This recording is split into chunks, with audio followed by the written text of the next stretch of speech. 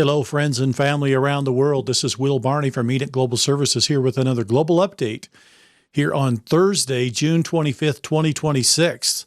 Today's episode is entitled The Great American State Fair. We have a lot to cover as events are unfolding in a series of sequences to reveal the restoration of our great nation. So a lot of great things have been transpiring. We are now 10 days out from the UFC fight. If you haven't seen the discussion that we had on that on Tuesday, I think it may have been available yesterday. Please go to JMC Broadcasting, take a look at that discussion. It is important that we understand the events that are unfolding before us because these are not happenstance. And as we go through some of these things, they're going to make sense. Now, not everything, of course, is scripted. And we want everybody to understand that there are some events that are just naturally occurring, and we're going to actually feature some of those. And some of them are quite disturbing and horrific, and particularly the great destruction in Venezuela. Please pray for those people. We'll get into that later in the program. But as we get into our slides today, the Great American State Fair, I want to start with financial news first. Treasury Department posted this video. This was a brief interview that was done with Treasury Secretary Scott Bessent and Brett Baer of Fox News, where they covered some of the strong economic data that's going on and what this means for the nation. Take a look. As the Trump administration works toward a final deal with Iran, the White House is also touting its economic policies here at home. I asked Treasury Secretary Scott Bessent about that and more last night at the Economic Club of New York. Mr. Secretary, thanks for the time. Economic Club here in New York, you had a specific message in your speech. The purpose of American economic statecraft is to connect national power with household prosperity. Ahead of the 250th, I mean, basically, you're saying prosperity is coming, even if you don't feel it right this second. Well, there are two messages. Prosperity is coming. The underlying economy is very strong. We're going to get on the other side of this Iran conflict, and the inflation will come back to target. We'll go back to real wage growth. But the other point in my speech was prosperity and security are linked. And for decades, we detached security and prosperity, and we can't have real, durable prosperity without economic security. So great news there from the Secretary of Treasury. I agree with that. You can't have good national security unless you have prosperity financially. They are intrinsically linked. As we look at other news coming out here, Lawrence gives us some report on new inflation data coming out on how the country's doing here as we enter getting close to entering the third quarter. Take a listen to this. And we're seeing green because of not just that report, but also the GDP report. That was the big surprise here, and it pushed through the slowdown in the economy because of the Strait of Hormuz. Now, the GDP was up 2.1% in the first quarter. This revises a surprise last estimate that was under 2% growth. Now, remember, now the Strait of Hormuz is open and oil prices are dropping, and that should boost GDP and will also reduce the pressure on inflation. So GDP is rising and oil prices are falling. We're going to see that should be reflected in the petrol and gasoline prices at the pump around the world. Donald Trump is pushing hard on that issue, wanting oil companies to readjust their pricing accordingly. Ripple was all over D.C. with this a beautiful little truck. On the road to clarity, as it says here on the truck, and they were driving all over D.C., pushing the Clarity Act. Ripple's Clarity truck is out in D.C. as Congress works on the Clarity Act, which creates clear rules for digital assets and crypto. Clear rules help protect consumers, support responsible innovation, and keep the U.S. competitive. I kind of love this truck with the clear walls. There's nothing in it, just clarity. So fantastic.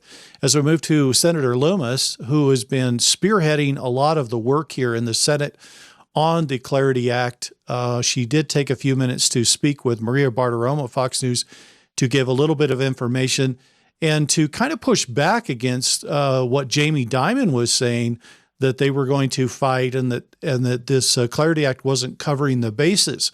Take a listen. I spoke with Jamie Dimon just a couple of weeks ago, and he was not happy with where the Clarity Act is right now because he is expecting that the crypto companies will be able to pay rewards. And he says it's not fair. They're not banks. They are not insured the way banks are. Here's our exchange. Watch this, Senator. So are you happy with the way the Clarity Act is turning out? No. No, because it allows them to effectively pay interest on deposits, stable coins or something like that, without the protection that they should have. And it doesn't do anything for AML BSA. It has almost no legal protections. So no, the banks will not accept it that way. And the ABA, the small banks, the credit unions, it's not just the big guys. I'm not worried about stablecoin, but if it happened, I'm telling you, I would have nothing to do with it, and it would eventually blow up on its own. Okay, but that's my personal thing. But I do understand the concern of all the other banks. So, well, the markup is coming. I mean, what are you going to do about it? It is. We'll fight it. If we lose, we lose, and we'll live. Yeah. Okay. But it will be fought. This will not be. No one's going to bow down to this guy, okay, or that company.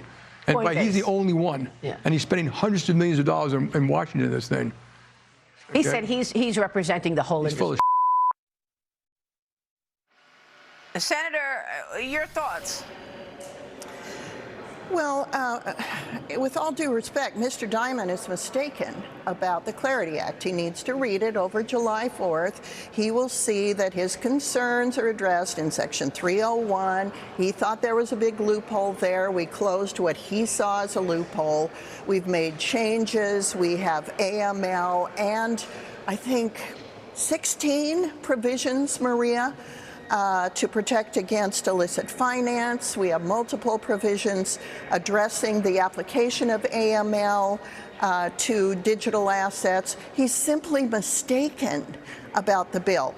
I strongly encourage him to read the bill. He can sit in his nice chair on the beach over the 4th of July, and he needs to read the bill. But Thank you, Senator Loomis, for setting the record straight to Jamie Dimon. Of course, Jamie Dimon is the head of J.P. Morgan, the largest bank in America.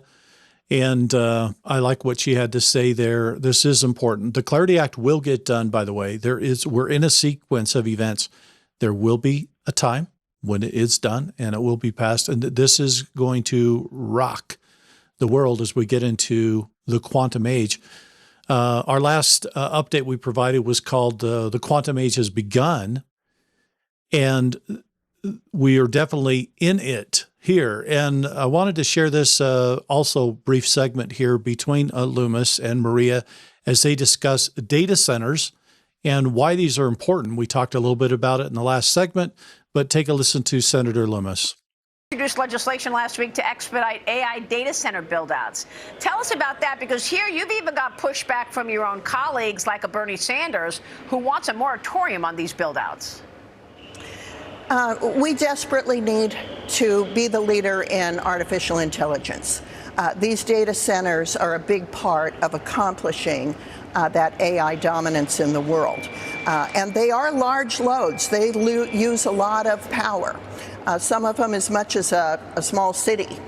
So we need to have, with FERC and other regulators, the opportunity to regulate those large loads and differentiate those payments from the residential ratepayer. So the residential ratepayer does not get increased prices just because a data center is also using that power. I see. All right, Senator, great work all around. We'll be following it. We so appreciate your time this morning. Thank you. Thank you, Maria. Of course, data centers are being required to put in their own power plants to supply that power so as not to put any load on the grid. In fact, they're going to be contributors back to the grid, supporting the grid of America, which is going to be fantastic. And we'll have a little bit more on that a little bit later as we hear from the Department of Energy, Chris Wright. Supreme Court delivers opinions. First off, this opinion, Supreme Court strikes down Hawaii's gun restrictions. Of course, the Constitution states that there is a right to bear arms and it will not be infringed. And of course, it's being upheld again by the Supreme Court. Thank you, Supreme Court, for doing the right thing. One America News posted this. SCOTUS rules that the Trump administration can remove TPS for Haitian and Syrian nationals. In a major win for the administration of President Donald Trump, the Supreme Court of the United States, SCOTUS, has issued a ruling allowing the removal of the temporary protected status, or TPS, of Haitian and Syrian nationals. This is big as we watch what's taking place here. Nick Sorter posted this, and of course there's a little video playing along here so you can kind of see. That is the group of Haitians that was in Del Rio, Texas, at the border, coming in during the Biden administration. Could you see that? Is that not incredible, the amount of people there crossing the border illegally? It's official. The Supreme Court has ruled President Trump can temporarily end temporary protected status. So what does this mean? It means they can send these people home to await their visas there. So big news. Another piece of news coming from the Supreme Court. Eric Daugherty posted about this. Supreme Court Justice Clarence Thomas is being praised nationwide for his based line in the opinion today supporting President Trump ending the migrant invasion. Listen to what Clarence Thomas had to say. Liberty or give me death. That devotion has driven the great achievements and heroism of Americans in the 250 years since. Think of the frontiersmen who settled the West. Think of the families who built their little towns on the prairies. Think of the women who raised their children to love God and country and sent them off to fight wars. It is the devotion expressed in the final sentence of the Declaration, the willingness to do anything for our principles that has throughout American history been most indispensable. It is that devotion that we are missing today and that we must find in our hearts if this nation is to endure. Supreme Court Justice Clarence Thomas putting a spotlight on America's founding principles in a powerful speech. Thank you, Clarence, for your comments there. I think we're going to hear more from Clarence Thomas here in the future as we see some of this play out. Fox News weighed in on what the implications of this is as Dana had a conversation with Shannon Bream. Take a look.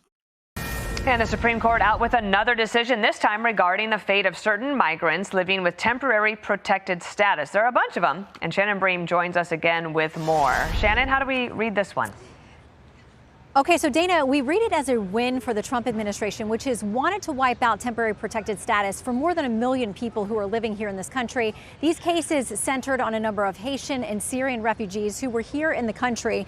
And basically what the court has said is that they can't challenge this decision by the Department of Homeland Security, by the administration, that they're the ones who get to make the assessment about whether they leave or not. I haven't read the whole thing, but they do get into some of the claims that by some of those who are advocating for the Haitian refugees, that there was some kind of racial animus. The court says they don't see evidence of that. So I'll keep reading, but it's another very fractured decision that seems to be a win for the Trump administration, which would be the second win for them on immigration. That earlier decision that we talked about that came out just a few minutes ago saying that if you get to the Mexico border, but you don't make it onto U.S. soil, you can't file an asylum claim. So the Trump administration has to be happy about what they've gotten today. We've still got 8 opinions left, and it looks like Monday will be our next opinion day. Of course, we'll be watching that to see what those other opinions are going to be, and we'll certainly share the information with you next week. A great shaking again. Of course, we had a previous episode called A Great Shaking, where we looked at the earthquake that happened in the Philippines and how that affected other parts of the world. We also had an earthquake off the coast of Cuba, and there was indications there from seismologists that were indicating that we could see a shaking perhaps in California coming up. Well, let's take a look at what's happened here. All Day Astronomy posted this. Just in 6 powerful earthquakes happened in less than 24 hours. So you have 2 7.0, 7.2, and 7.5 earthquakes in Venezuela, a 5.6 in Northern California that was north of San Francisco, a 6.9 in Japan, another 4.9 in the Philippines, again getting rocked also. And then, of course, you have New Guinea there with a 5.1. Let's take a look at Venezuela first. Death toll rises after powerful twin earthquakes hit Venezuela. Donald Trump posted this about it. 2 major earthquakes that just hit the great people of Venezuela are both massive in scale and have left a devastating number of deaths. The USA stands ready, willing, and able to help. I have instructed all agencies of our government to get ready to move quickly. We will be there for our new and great friends. Early reports are not good, President Donald J. Trump. Let's take a look at some video here of what has occurred there. It's devastating.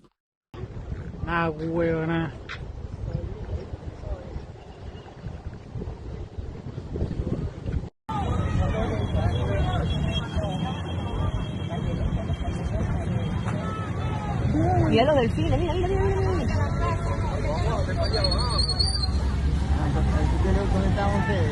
Sí, mira cómo se cayeron todas las paredes del frente. Marico, esto es muy impresionante, mira esto. Ay, Dios mío, la gente. Parece una guerra.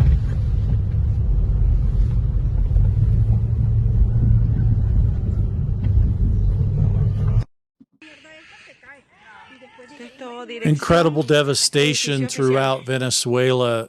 We pray for the people there. This is very difficult. As we look at death tolls, they keep rising.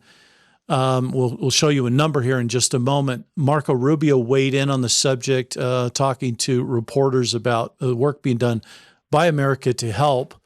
We're already deploying search and rescue teams from Fairfax County, Virginia, and Los Angeles. There will be some others to add. That's the most important need right now in search and rescue efforts. We have much of collapsed buildings, so they'll need a lot of help digging through all of that. Already deploying search and rescue teams from Fairfax County, Virginia, and Los Angeles. There'll be some others we'll add. That's their most immediate need right now is search and rescue efforts. They have a bunch of collapsed buildings, and so they'll need a lot of help in terms of digging through that. The airport there is badly damaged, so we'll have to rely on the Department of War to deploy assets there. And then we're also helping them with some overhead imagery, especially in coastal areas where they don't have full visibility over what the damage has been and what the impact has been. Those are the acute, like short-term needs over the next 48 to 72 hours, because in search and rescue, you're trying to get to people while you can still save their lives. They're buried under rubble. And other countries are responding as well. The Qataris have already offered assistance, as we spoke to them earlier today as well. El Salvador has stepped up, and multiple countries around the region, including Chile and others, have reached out to us to communicate and get that happening.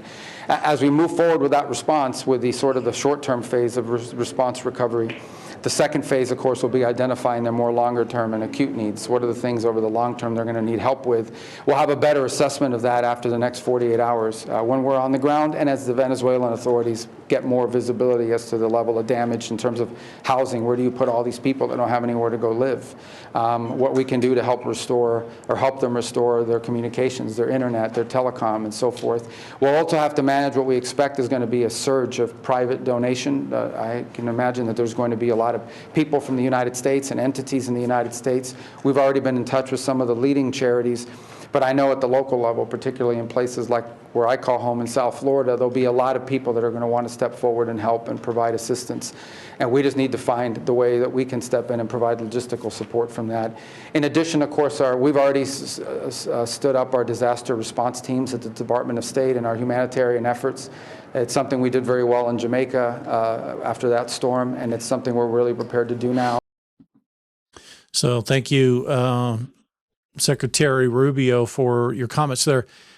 It's good to see that the U.S. is stepping up to support Venezuela right now. They're in a very bad way. They've got broken infrastructure all over the place. Power, communication, buildings down, nowhere to house people. As we look at the numbers here, BNO News Live reported this. Update, the death toll from Venezuela earthquakes rises to 164. More than 11,000 people are still reported missing. Please pray for the people of Venezuela. They need all that we can do to help them through this tragedy. In Japan, the earthquake shook there. 6.9 quake. This is nearly a 7.0. Japanese Meteorologist Agency says that the 6.9 quake occurred off the coast of Iwate Prefecture and had an intensity upper 6 in the Japanese scale of 0 to 7 in the hardest hit areas. Take a look at some of this video here. You can see the camera shaking.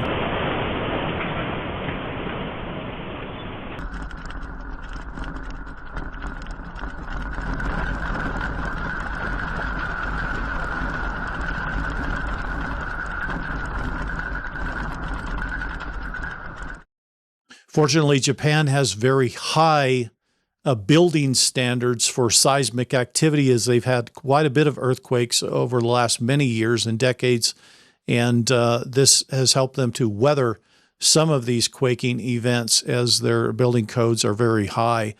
Venezuela doesn't have that opportunity, and as you saw, massive destruction there.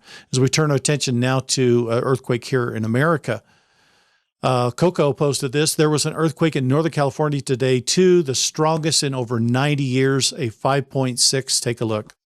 The 5.6 magnitude earthquake shook Mendocino County so hard that items inside this grocery store flew off the shelves. I've been here for 22 years. It's just never seen something like that before.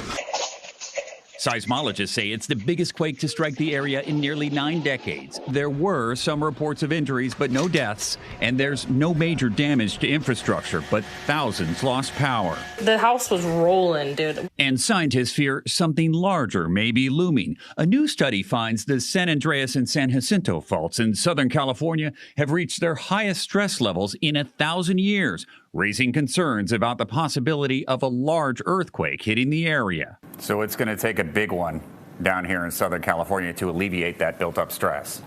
That's correct. The USGS models forecast that in the next 30 years, there's about a 20% chance of a damaging earthquake on those faults. Now, with this particular quake in Northern California, seismologists say aftershocks could be felt for days, and there is a very small chance that this is a foreshock, meaning an even larger earthquake could follow. Tony? Let's hope not. Carter, thank you very much.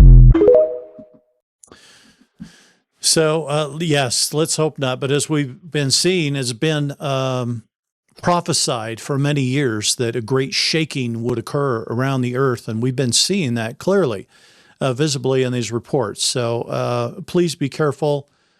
Please make sure you're always prepared, that you have a place to go if anything were to occur.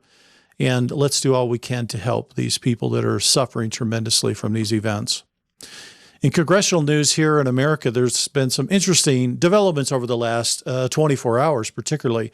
Donald Trump had a meeting with Senate Republicans, and it was very heated, I understand.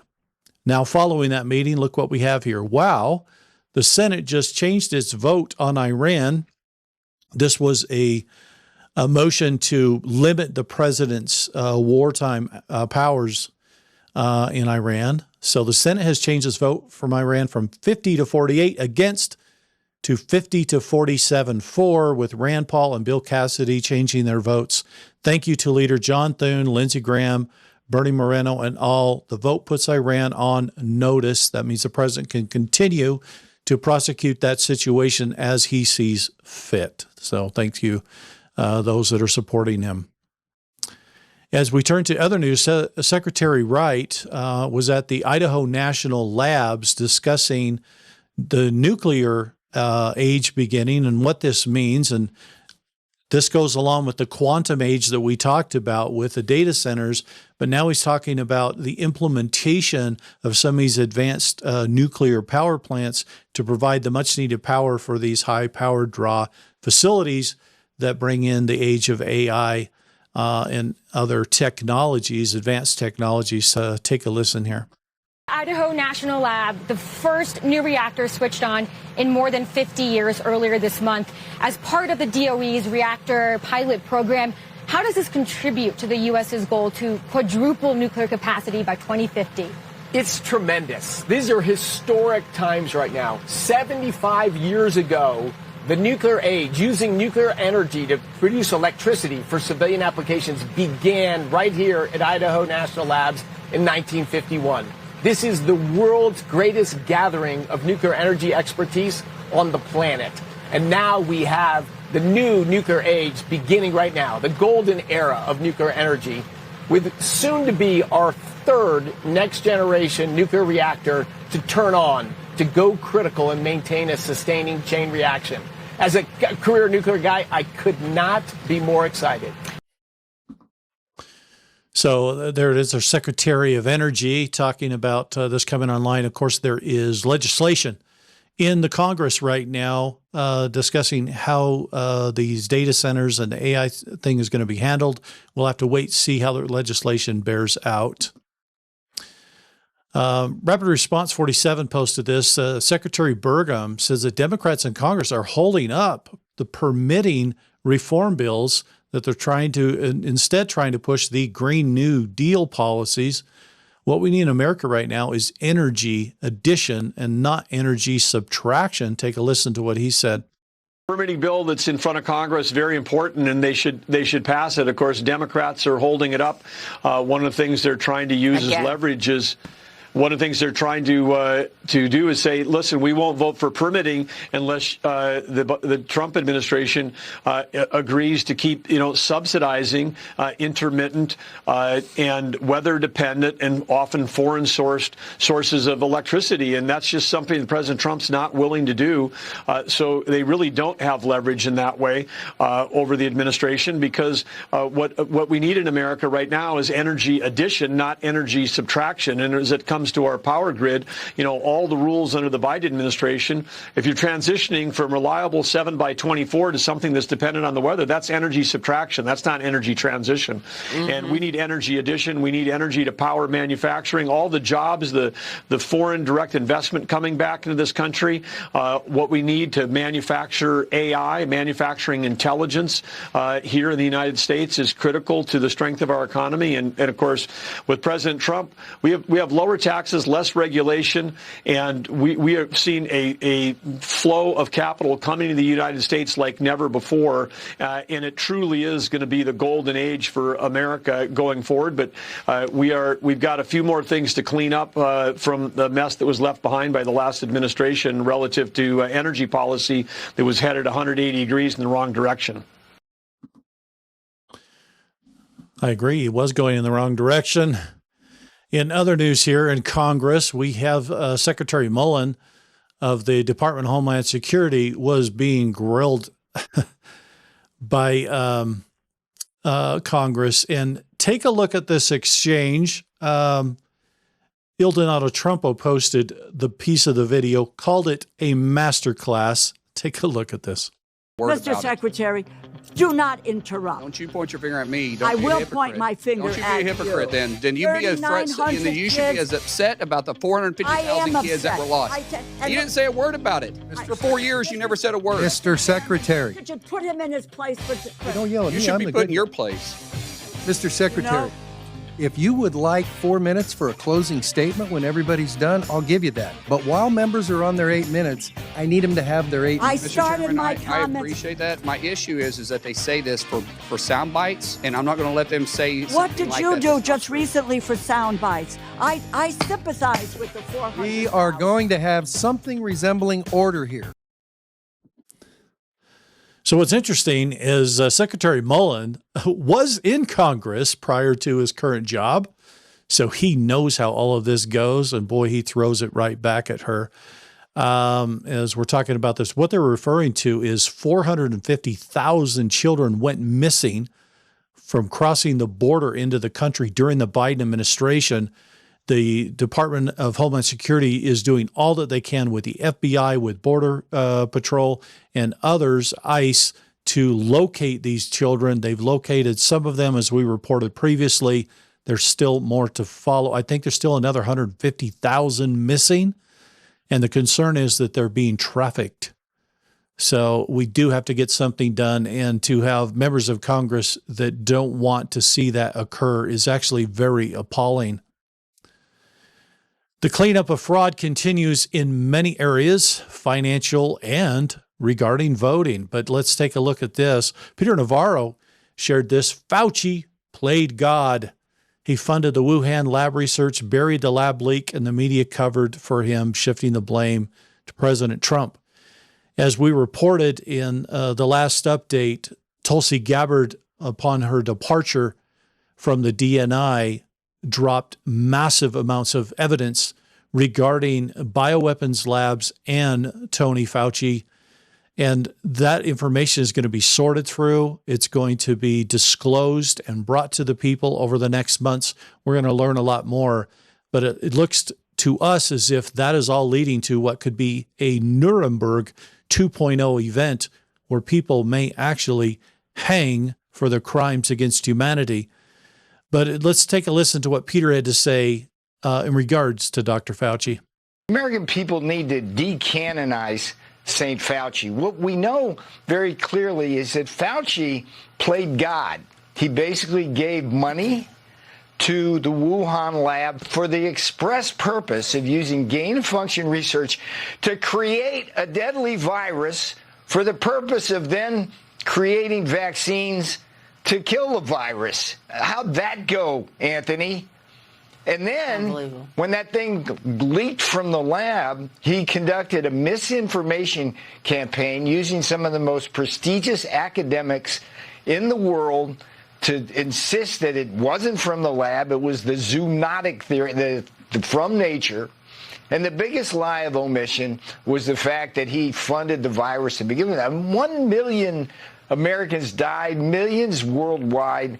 He needs to be held accountable. But you know, Maria, and this is where you're exempt from this, the media had a lot to do with canonizing Fauci because they had an agenda back at the time. They knew that if Donald Trump could be blamed for that virus rather than China, it would change the political landscape entirely. So I thank you. I thank the Washington Times for publishing the piece. I thank Tulsi Gabbard for getting out there. But Congress, get off your ass and subpoena not just him, but all the people who were involved in this, because this guy, blood on his hands. Fauci lied. Americans died. I said it back then. I'll say it right here.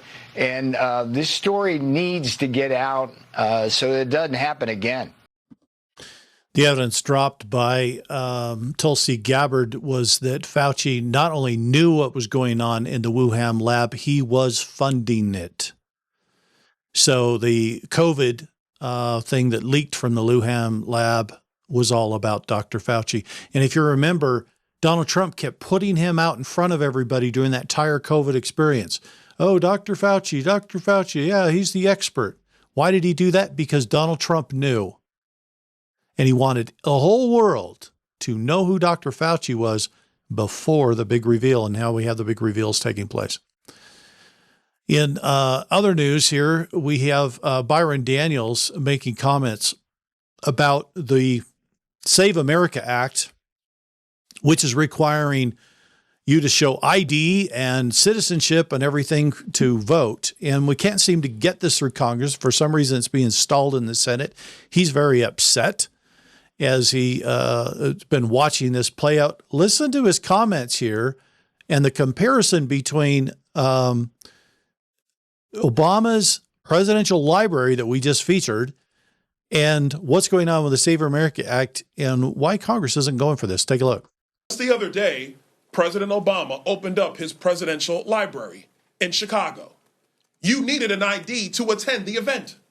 So if you're going to show up for President Obama's library, you got to present a voter ID, a photo ID to gain access to that event. But to vote in our elections, you don't have to do that? That makes no sense. It's crazy and it's stupid. I agree. It's crazy and it's stupid. As we look at other vote problems, Laura Logan posted this. Imagine that to all those who said there was no evidence. Real Robert posted this. Here it is. The court-approved forensic examination of Dominion voting systems confirms beyond a shadow of a doubt that the system was designed to manipulate election outcomes. Take a look. Voting machines used in the state. The 23-page forensic report concluded that the Dominion voting system is intentionally and purposefully designed with inherent errors to create systemic fraud and influence election results. The report, released by Allied Security Operations Group, ASOG, detailed the findings from a forensic examination on Dominion voting systems in Antrim County, Michigan. On election night, Antrim County switched 6,000 votes from President Trump to Joe Biden, allegedly due to an unexplained glitch. Poll workers tried very hard to report the problems with Dominion voting machines, but local officials, including the Secretary of Michigan State, turned down their requests, claiming that it was the result of user human errors. In early December, shortly after Antrim County resident William Bailey filed a lawsuit to challenge the integrity of the election equipment, Judge Kevin Elsenheimer of the 13th Circuit Court ordered forensic imaging of the Dominion voting tabulators and related software. However, he also placed a protective order to restrict the use and distribution of the forensic findings. It wasn't until December the 14th that Judge Elsenheimer agreed to lift the protective order and allow the release of the report. A team from Dallas-based cybersecurity firm ASOG conducted the investigation on behalf of plaintiff William Bailey. The team took forensic images and reviewed the county's 22 Dominion tabulators along with thumb drives and related software. The audit revealed that of the 15,676 lines or events, there were a total of 10,667 critical errors/warnings, or an over 68% error rate. Later in the report, ASOG said, "This high error rate proves the Dominion voting system is flawed and doesn't meet state or federal election laws." The Federal Election Commission allows a maximum error rate of just 0.0008% for computerized voting systems. The error rate of Dominion voting systems at a shocking 68.05% is 85,000 times higher than the threshold. ASOG concluded that the Dominion voting system intentionally generates an enormously high number of ballot errors. The electronic ballots are then transferred for adjudication. The intentional errors lead to bulk adjudication of ballots, with no oversight, no transparency, and no audit trail. So there you go. The Dominion voting system. Now, where do these come from? Dominion voting systems come from Venezuela, which is why we have Maduro in custody. It's why he was picked up and arrested at his home and brought to America. And believe me, he is telling what he knows. It's all coming out now. Remember when Q said, get your popcorn ready and watch the show? I've got some things to share on that a little bit later as we are at the show. So this is all part of that. Is now the information's coming out. You're going to expect this to build and build. I expect a lot to be dropped by the DNI, the new acting DNI, Bill Pulte, as we go over the next few weeks, as he's going to be dropping all of these grenades, if you will, grenades that were carefully planned, carefully prepared by our former DNI, Tulsi Gabbard. Thank you, Tulsi. In other news regarding this vote fraud debacle, there was a lawsuit going on where Dominion was suing Mike Lindell and My Pillow Company. Of course, you can see Mike here. And they dropped the suit. Why? Because discovery shows everything. Take a listen to Mike's comments on this. Evidence and now yesterday, if you don't see it in the news, they did one article out there from Law and Crime. Dominion dropped the lawsuit against Mike Lindell and My Pillow. And that was yesterday. So, and I just want everybody to know it doesn't mean anything that I'm going to stop fighting these voting machine companies to, it was a nice gesture, but we are going to go, we're all in to get them, get rid of them, get to paper ballots hand counted. And here I'm going to announce right now, it should be within the next half hour. We're going to be posting on Lindell TV, everybody. It's 800-page historical drop of the voting machine evidence.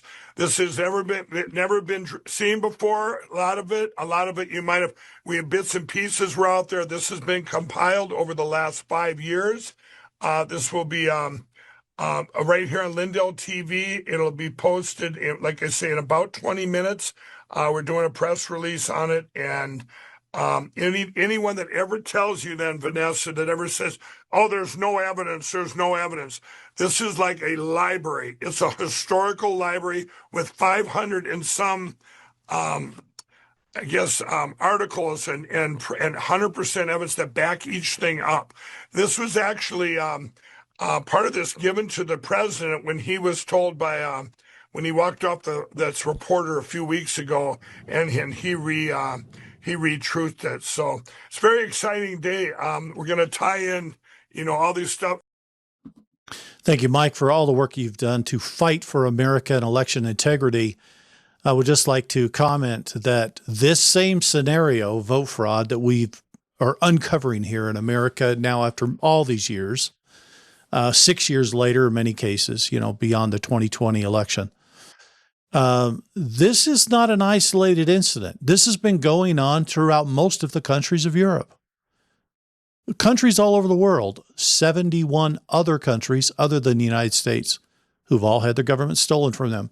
Those of you that are wondering, why does my government do crazy stuff? Why don't they listen to the people? Well, now you know. Now you know why. Vote fraud, and it has to end. Many around the world are visiting America for the World Cup and the 250th celebration. This is very interesting, and there's some neat people that have been coming to our nation. Our House Speaker, Mike Johnson, had some comments to say about all the people coming and visiting here and their experience, which has been actually very positive. In fact, most of them were told negative things about America, and then they get here like, wow, it's not even what I was told at all. Take a look. What a split screen we're seeing. Right now, we're triumphantly hosting the World Cup games all around the country. And we're seeing people from different countries come and get a little taste of America, a little taste of freedom, of our culture and our society, and they appreciate it so much more than these socialists running for Congress. Fans across the country are truly enjoying our world-class facilities and the incredible atmosphere on the field and off the field. Thanks to social media, we're seeing a lot of these. This has been encouraging to see. The visitors appreciate what we have. Dutch travelers are in all Buc-ee's. German players took a midnight trip to the Waffle House. It's the greatest thing they've ever seen. English fans are roaming the Everglades. Japanese tourists marveling over free chips and salsa at a Mexican restaurant in Texas. Don't forget your blessings. People from Europe and Latin America, many countries around the world, many of whom, here's the key, they grew up under repressive state-controlled economies. They've never known freedom. They've never known these kinds of things. And they're seeing them for themselves, the genius of America's system. I agree. And there's a lot of excitement. There was people interviewing foreign visitors to the country here for the World Cup. And they were all talking about how everything I was told my whole life has been wrong. Now that I'm here visiting America, it's like completely different. And they were actually really excited about what they were seeing and the experience that they were having here. The U.S. Department of Interior posted this. The Lincoln Memorial Undercroft opens tomorrow. That's today, unveiling a space hidden beneath one of America's most iconic landmarks since 1922.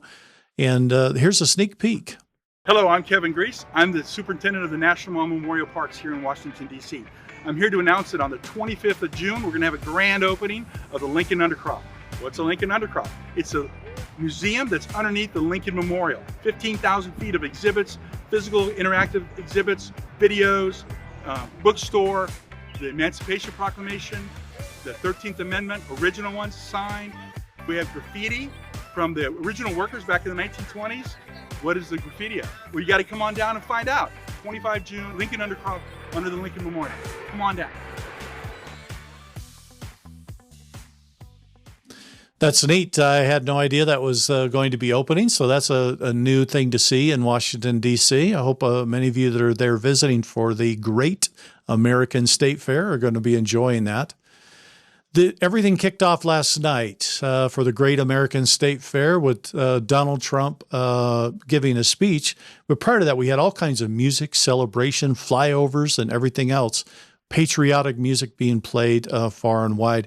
Take a look at this display where they bring out all 50 state flags, one from each state, as part of the presentation. This is awesome.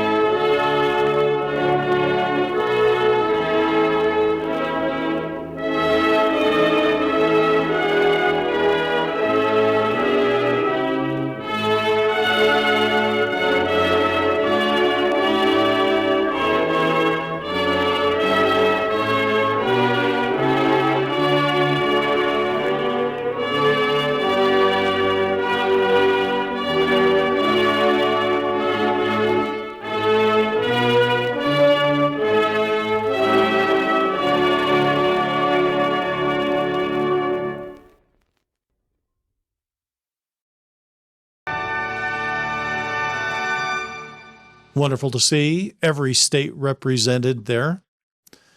There was a flyover that occurred as part of the event. The iconic B-2 Spirit stealth bomber had performed a patriotic flyover to mark the kickoff of the Great American State Fair.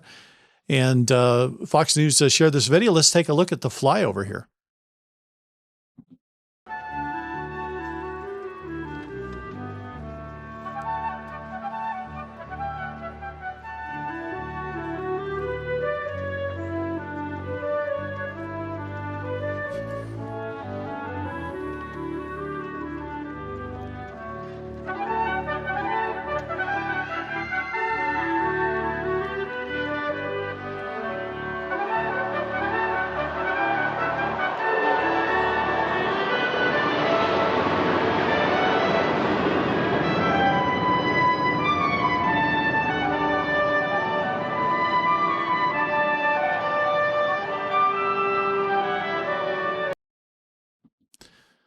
When you see that next to the fighter jets, you get an idea of just how big that bomber is. It's actually quite a large craft. To think that that thing is stealth and can't be seen, it's amazing. Donald Trump posted this video, which is a little bit of video of the event and all the people that were there on the mall to celebrate. Take a look.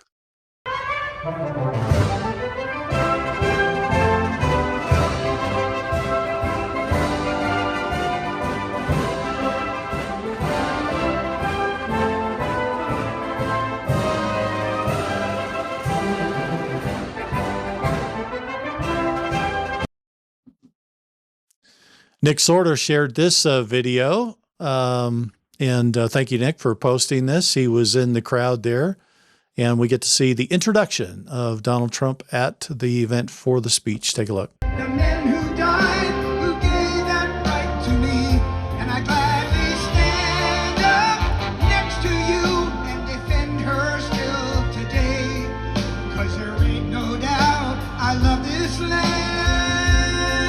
God bless the USA.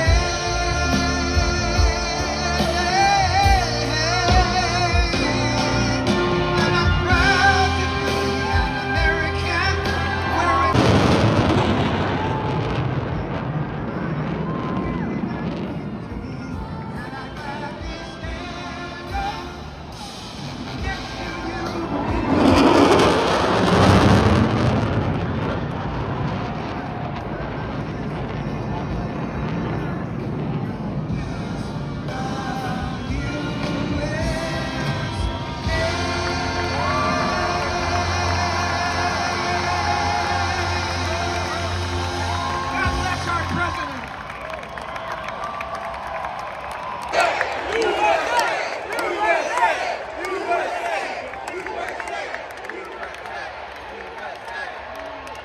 Well, thank you, Lee, and hello, Washington, and a very big hello to America. Thank you. And 10 days from now, our country will celebrate one of the most monumental milestones in human history. So incredible events that unfolded last night. They are historic as we are kicking off the series of events leading to the full restoration of our nation. Rapid Response posted this. Just like those patriots of 1776, over the past 17 months, we have taken power back from the far-off political class.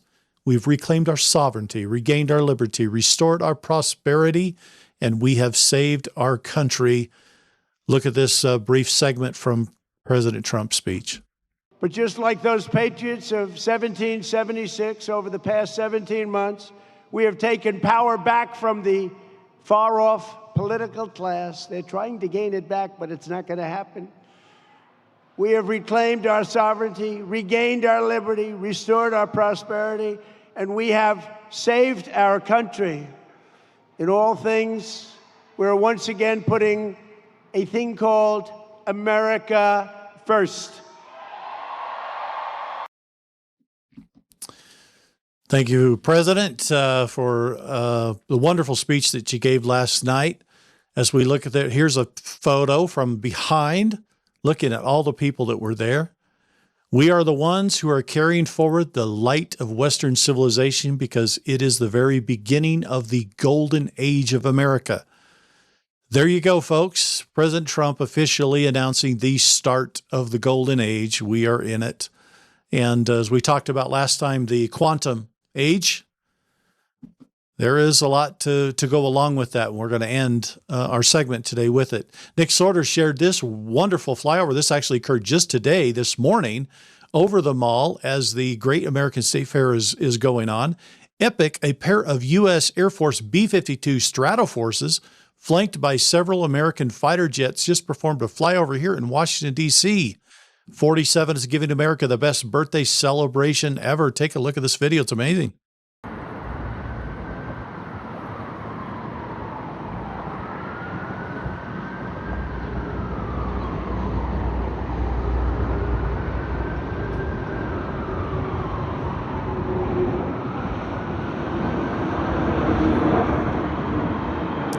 Again, you can see the size of those bombers comparative to the fighter jets. Amazing.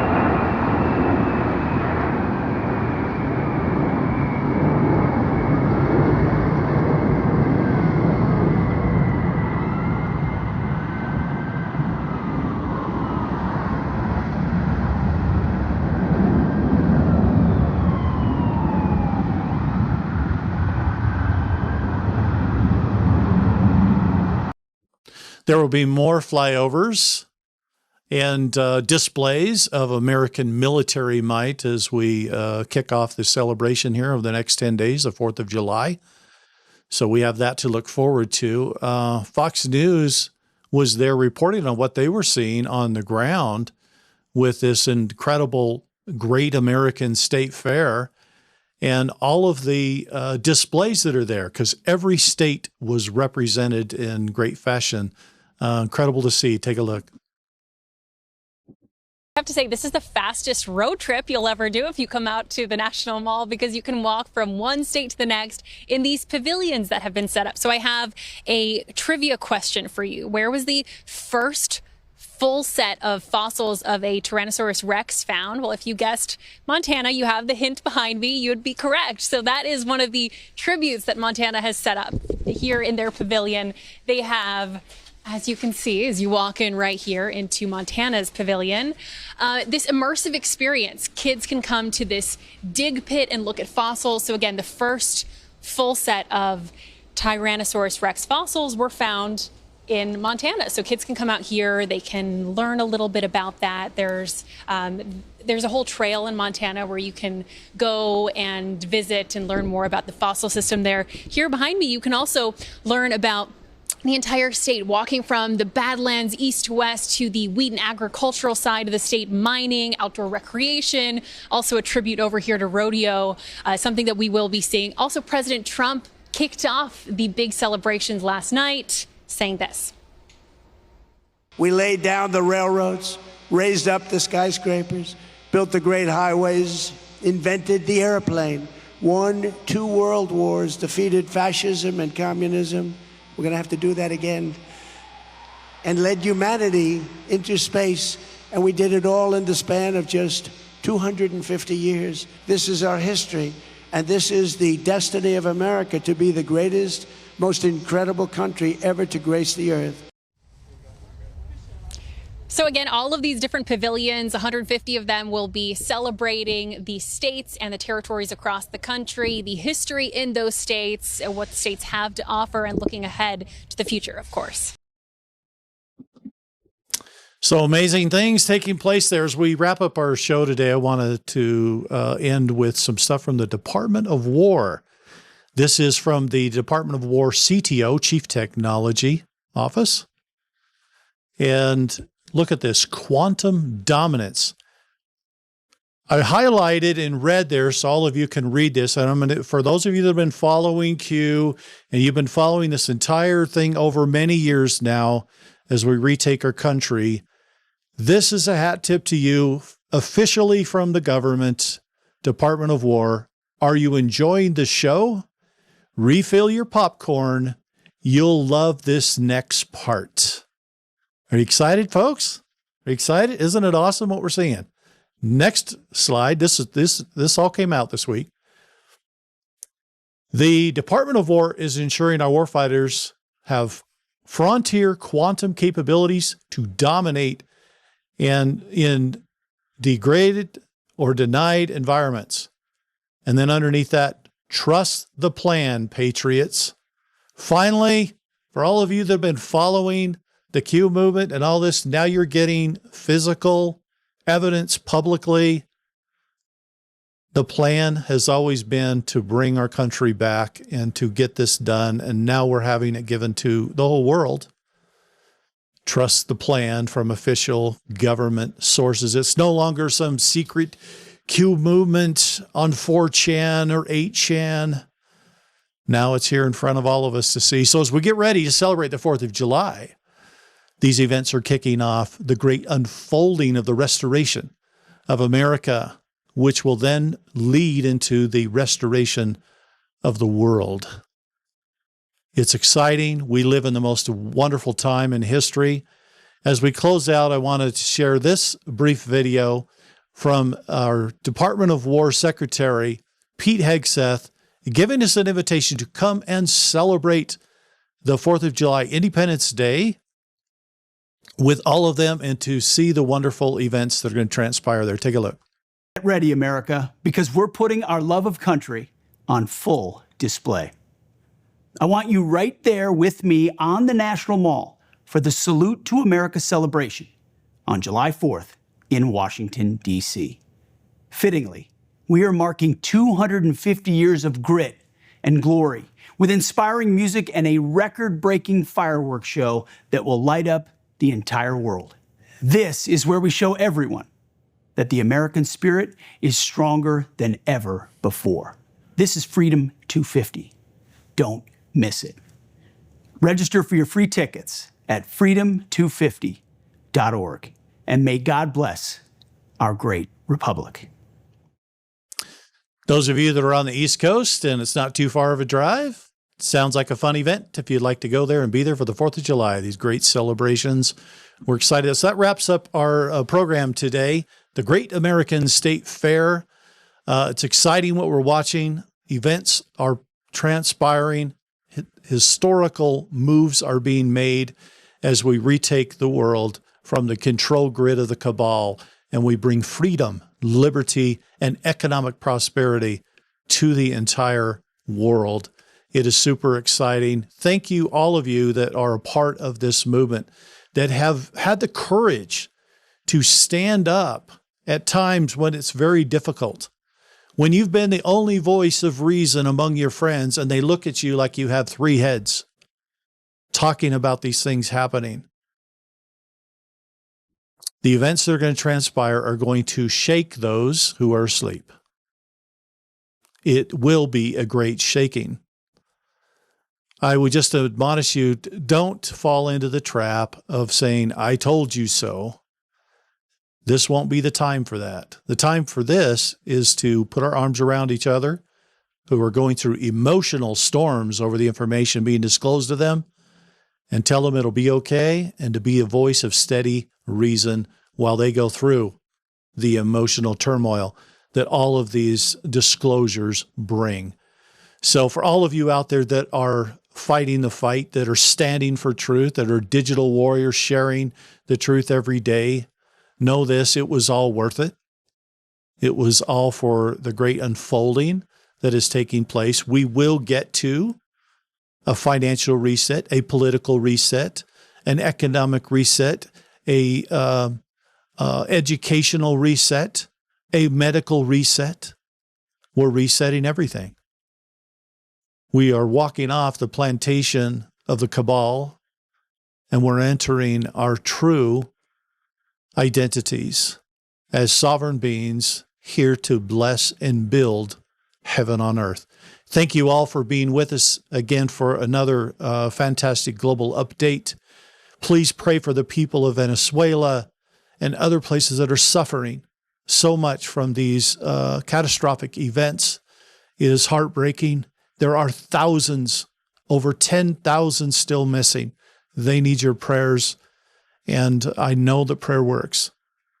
It moves mountains. I hope that you will join with us in praying for those people as they are suffering.